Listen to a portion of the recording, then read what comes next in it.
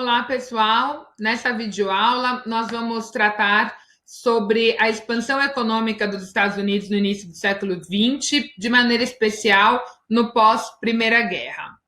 Quando termina a Primeira Guerra, em 1918 e 1919, os países beligerantes, ou seja, os países que estavam em guerra na Europa, eles passam uma situação econômica extremamente delicada. Eles ficaram bastante tempo aí, 4 anos dentro de um conflito, investindo todo o seu capital, todas as suas reservas para alcançar a vitória neste conflito. Então, esses países vão vivenciar uma situação econômica delicada, os seus polos industriais, eles estão se reorganizando, a produção agrícola está se reorganizando. Então, esses países europeus vivem um momento de profunda crise econômica, social, alguns, inclusive, crise política. Ao contrário desse panorama, nós temos os Estados Unidos passando por um momento de prosperidade econômica muito grande. Os Estados Unidos ele só entra na guerra no final da guerra, ele mantém aí a sua neutralidade nos primeiros anos. Essa neutralidade ela é questionável, é claro, porque durante todo o conflito, os Estados Unidos ele vai fornecer munições, equipamentos, inclusive produtos industrializados e agrícolas para essas nações europeias, assim, potencializando o seu comércio, a sua produção industrial e o seu comércio exterior, durante já o período da guerra. No pós-guerra, os Estados Unidos não tem nenhum conflito no seu território, ele entra no fim da guerra praticamente, e toda a reconstrução econômica desses países europeus vai ser, em boa parte, financiada pelos Estados Unidos, Isso vai garantir os empréstimos e mesmo a oferta de produtos industrializados para essas nações que estão se reorganizando, vai garantir uma balança comercial profundamente favorável para os Estados Unidos, que sai de uma posição de comprador, de devedor desses países europeus, como ele era um cliente dos países europeus que eram profundamente desenvolvidos antes da guerra, e passa a ser o vendedor, passa a ser o credor desses países, oferecendo produtos industrializados e empréstimos a altos juros que vão render aí uma economia muito favorável para os Estados Unidos. Se os Estados Unidos vivia esse período de prosperidade no seu comércio externo, dentro dos Estados Unidos existia uma série de contradições. Essas contradições são fundamentais para a gente entender o processo econômico que vai gerar a quebra da Bolsa em 1929. Então, veja, essa prosperidade econômica dos Estados Unidos gerou, em primeiro lugar, um fluxo de imigração muito grande para os Estados Unidos. No início do século XX, a ideia de fazer a América, do sonho americano, de conquistar terras e riquezas nos Estados Unidos, era muito grande e gerou uma imigração de outros países, muito forte. Então, muitos imigrantes foram para os Estados Unidos. A chegada desses imigrantes, ela vai trazer algumas mudanças dentro dos Estados Unidos.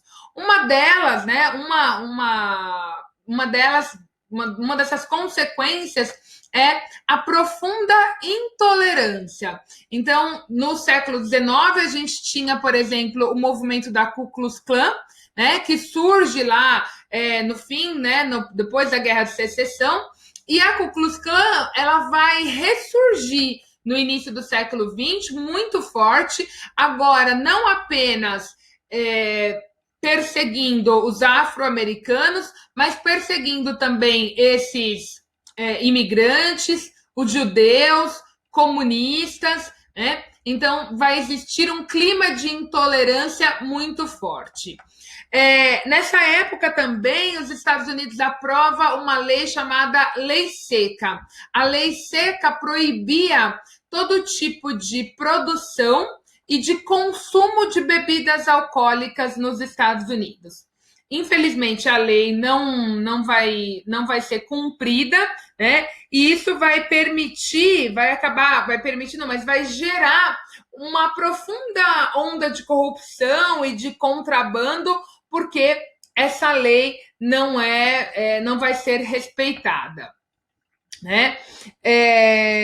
Existia também, não só nos Estados Unidos, mas no mundo todo, uma profunda frustração com a Primeira Guerra. E a gente já conversou sobre isso quando nós falamos da Primeira Guerra, daquele período da Belle Époque.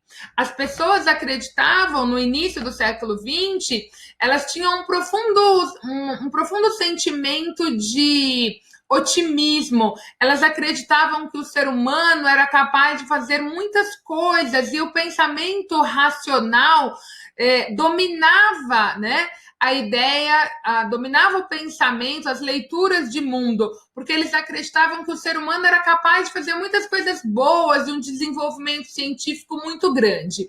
E essa frustração vem no período da guerra, porque eles percebem que todo aquele desenvolvimento científico, toda aquela capacidade humana de criou, né, armas extremamente letais, mortais, e que gerou todo o conflito, né? Todo o conflito da Primeira Guerra gerou aquela gigantesca quantidade de mortos e de feridos. Isso vai ser representado na arte de maneira muito marcante nos movimentos artísticos que vão surgir nessa época, né? Um deles, por exemplo, é o surrealismo, que vai buscar uma visão muito mais ligada ao inconsciente do que a esse realismo, do que a esse desenvolvimento científico, a essa ideia racional. Porque eles vão dizer assim, a razão foi o que levou à guerra, levou ao desenvolvimento, né, de armas letais. Então, o surrealismo vai trazer uma dedicação muito grande a uma arte que está ligada muito mais ao inconsciente, também muito influenciada pelas teorias do Freud, né, que vai surgir aí nesse período. Nós temos também um desenvolvimento muito grande no cinema, nas questões culturais, né, nos aspectos culturais. O cinema, por exemplo, vai trazer a ideia do faroeste. E aqui ele resgata, por que ele vai resgatar o faroeste? Porque ele quer resgatar a ideia do destino manifesto, né? A ideia do norte-americano, do estadunidense, como um escolhido para o progresso, para o desenvolvimento, né? Que ficou aí muito marcado nesse pós-guerra. Nós vamos ter também o desenvolvimento do jazz, né, uma expressão tipicamente negra, né, da população afro-americana, e o Charleston, né, que é um tipo de dança também que vai marcar aí os anos 20. Né? No aspecto econômico, a gente tem o desenvolvimento aí das teorias do Taylorismo e do Fordismo, né? O Taylorismo e o Fordismo, então, são conjuntos de regras que foram aplicadas na indústria, e isso aqui muito nos interessa, né? Essas regras, elas tinham por objetivo controlar o tempo de produção e controlar, inclusive, também o movimento dos trabalhadores durante essa produção nessas indústrias que estão produzindo muito e muito e muito nos Estados Unidos nessa época, né? O Taylorismo vai, inclusive, inserir, né, introduzir na indústria essas esteiras, né? E nessas esteiras, ao invés do funcionário se locomover na fábrica, né, na linha de produção, é a mercadoria que vai se locomover, garantindo aí uma maior rapidez, inclusive estabelecendo o ritmo do trabalho desse funcionário, né? A peça que se move não é mais o funcionário. Então, o ritmo do trabalho não é mais ditado pelo funcionário, mas é ditado pela própria esteira, né? Em seguida, a gente vai ter o Fordismo, que vai adotar essas medidas e que ainda vai criar, né, vai aperfeiçoar essas medidas, vai criar, por exemplo, as vilas operárias, né? As vilas operárias sempre mais próximas das indústrias. Na vila operária, ele estabelece uma relação muito de vigilância, né? De vigiar os operários. Aqui a gente tem uma postura extremamente conservadora com relação a esses operários, conservadora e também muito rígida no sentido do puritanismo, né? O Ford, o Henry Ford, por exemplo, ele vai incentivar que esses operários sejam homens casados, porque ele acredita que esses homens casados vão constituir família, então eles vão ter mais responsabilidade com os seus empregos, porque eles querem sustentar a família. Ele vai ser um dos grandes defensores e incentivadores da lei seca, porque ele vai dizer assim: se o homem casado com família também não consumir bebidas alcoólicas, melhor ainda, ele não vai gastar o dinheiro dele com bebida, ele não vai atrasar para chegar no trabalho, ele não vai estar alcoolizado, então ele vai estar sempre descansado. Então, toda uma estrutura, tanto dentro da fábrica, para aumentar essa produtividade, como fora da fábrica também, uma estrutura, uma organização de vida do operário que valorize o trabalho, que crie condições para esse trabalhador se dedicar cada vez mais a essa produção. Isso transforma, pessoal, a produção, isso gera um aumento, né, de produtividade muito grande. Para vocês terem ideia, né, um dos símbolos desse período é exatamente o Ford, né, o Ford T, né, o modelo T. E em 1908, antes da adoção efetiva dessas medidas, se levava aproximadamente 12 horas para produzir na indústria um modelo do Ford T. E se gastava aproximadamente $850 nessa produção, né? Em 1914, ou seja, no fim, né, no início da guerra, já, a adoção dessas medidas, né, do Taylorismo reduziram, né, o tempo, essas medidas reduziram o tempo de produção do carro de 12 horas para 93 minutos, ou seja, 1h30 de trabalho, né? E o custo desse carro deixou de ser de $850 para foi reduzido para $280. Ou seja, é uma redução muito grande aí no custo desse automóvel, né? E uma redução muito grande no tempo de produção.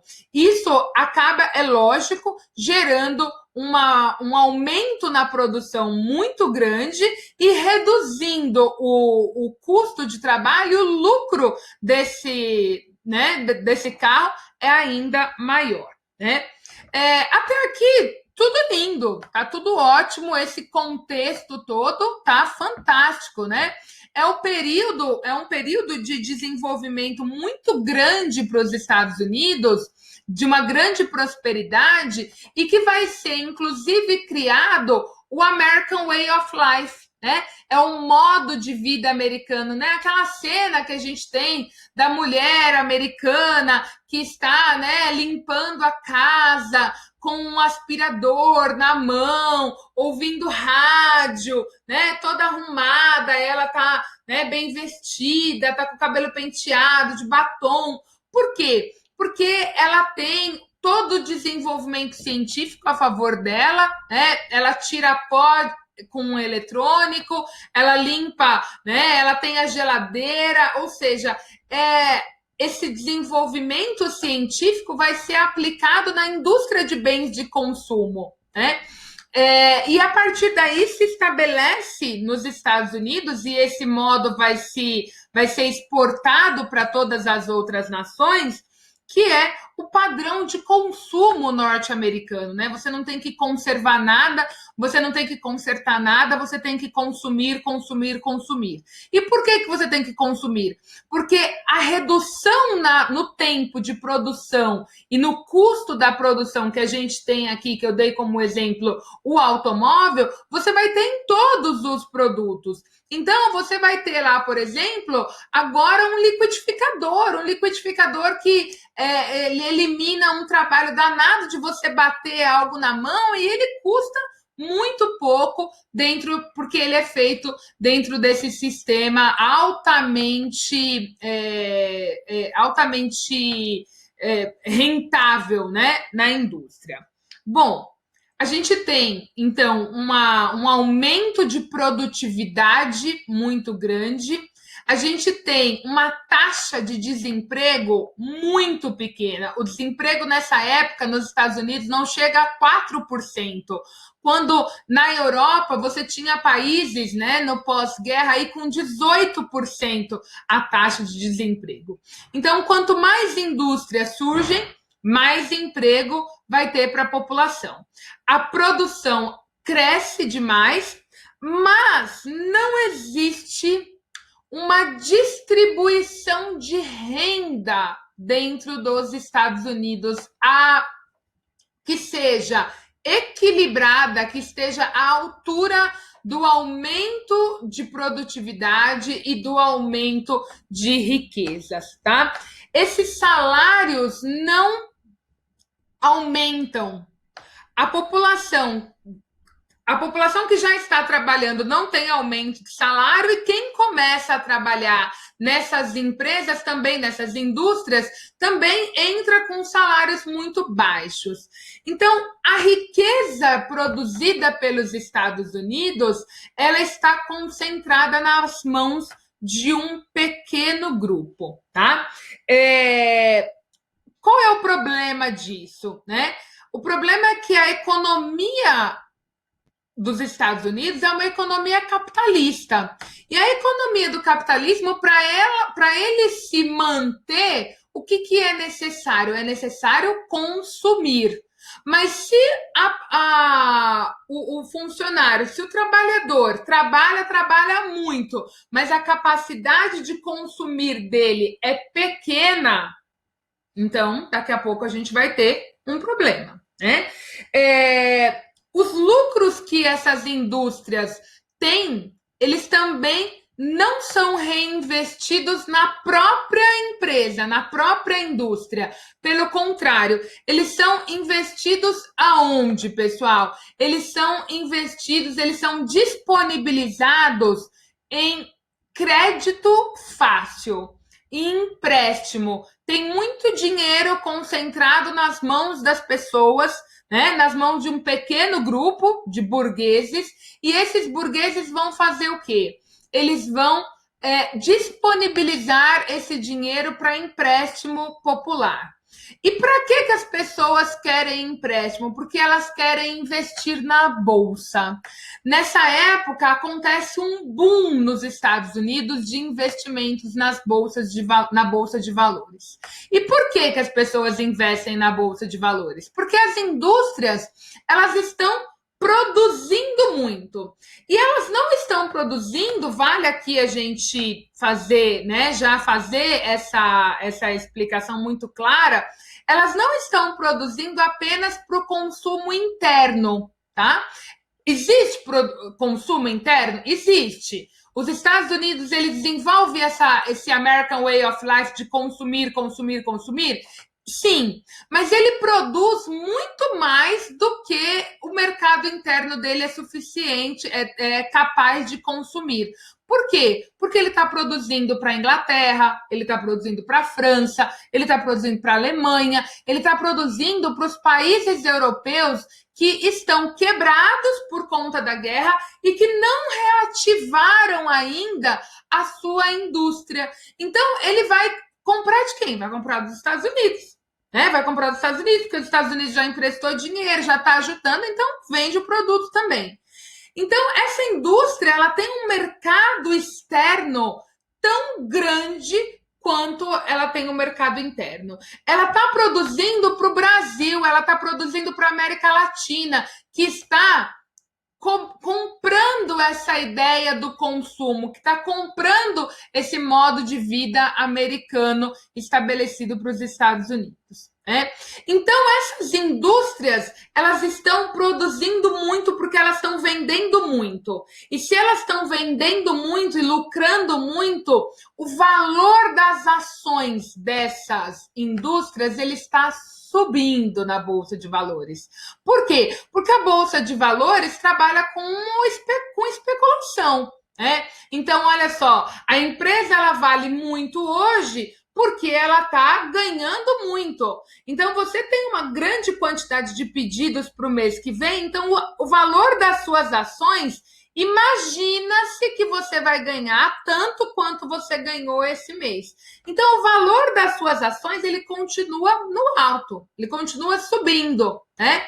Bom, eu pego o empréstimo, eu pego as minhas economias lá que eu não gastei e eu compro ações da bolsa. Porque eu vou pagar hoje nessas ações, por exemplo, $100, mas essa indústria, ela está vendendo muito, o lucro dela está aumentando.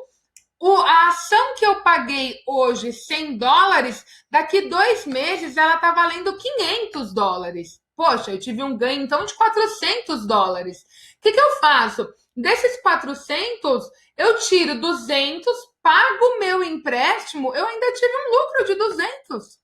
Né? Então, o que eu faço com esses 200? Eu reinvisto na Bolsa de Valores, porque agora eu não quero ganhar mais 500, agora eu quero ganhar 1.000 e assim por diante. Tá? Qual é o problema? O que é que acontece aí no meio? 2 coisas. Primeiro, eu disse para vocês, o dinheiro está concentrado nas mãos de um grupo que não reinveste na indústria, de um grupo que não está criando condições para a população inteira consumir. Então, eu produzo, mas eu preciso vender. Né? Não adianta eu ter uma superprodução se eu não tenho a venda. E se eu não tenho condições da minha população consumir, olha o risco que eu estou correndo. Porque eu estou produzindo em grande quantidade, mas a minha população não tem capital suficiente para consumir aquele tanto que eu produzo. Ah, mas ele não produz só para o mercado interno, ele produz para o mercado externo. Ok. Mas esse mercado externo vai existir para sempre? Qual é o problema aqui? As nações europeias compraram e os Estados Unidos produziram. Só que o que acontece? Gradativamente essas nações elas voltam a produzir. A gente não está falando de uma nação que não é desenvolvida, a gente está falando de uma nação que estava passando por uma crise econômica e que gradativamente está retomando a sua produção industrial. Bom, se eu comecei a produzir industrialmente novamente, se eu tenho a produção interna, eu vou comprar dos Estados Unidos? Não. Então, gradativamente, essas nações europeias, elas vão diminuindo as suas compras dos Estados Unidos, né?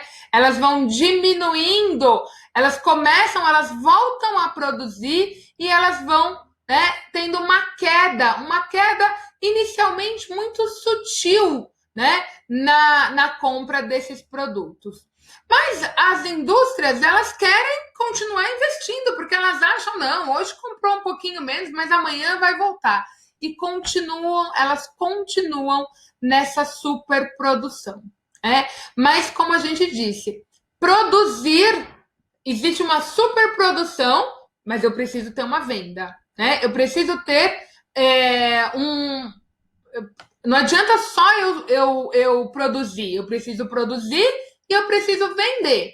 Por quê? Porque quando eu produzo e não vendo, eu fico com aquela mercadoria parada no meu estoque. E é exatamente isso que vai acontecer em 1929. Nós temos uma superprodução, essas indústrias vinham num crescimento, num lucro crescente, e de repente elas param de lucrar, elas diminuem, começam a diminuir os lucros, mas elas não acompanham a diminuição na sua produção. E aqui vale a gente ressaltar que os Estados Unidos viviam sobre o regime do liberalismo econômico. E o que o liberalismo econômico prega? Que a economia tem que ir naturalmente, que o Estado não tem que interferir. O Estado não tem que falar assim, olha, você percebeu que a compra, que a balança comercial, ela já não está mais tão favorável para vocês, então não é melhor você começar a reduzir a sua produção e investir no mercado externo ou encontrar outros compradores? O mercado, o Estado, não interfere no liberalismo econômico. E foi exatamente isso que aconteceu em 1929, quando essas indústrias, começaram a diminuir os seus lucros,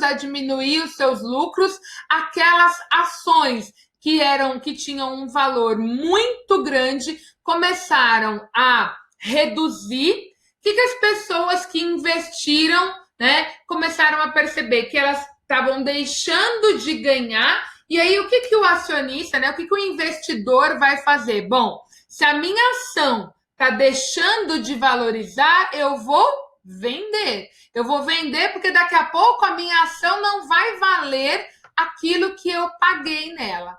Então, esse movimento começa a acontecer até que em outubro de 29, nós temos a Quinta-feira Negra, onde as pessoas veem que os valores das ações estão caindo demais, então todas elas não querem assumir esses prejuízos, elas vão vender essas ações. Só que no momento que elas colocam essas ações para serem vendidas, ninguém tem dinheiro para comprar, e aí a gente tem a quebra da Bolsa de Nova York.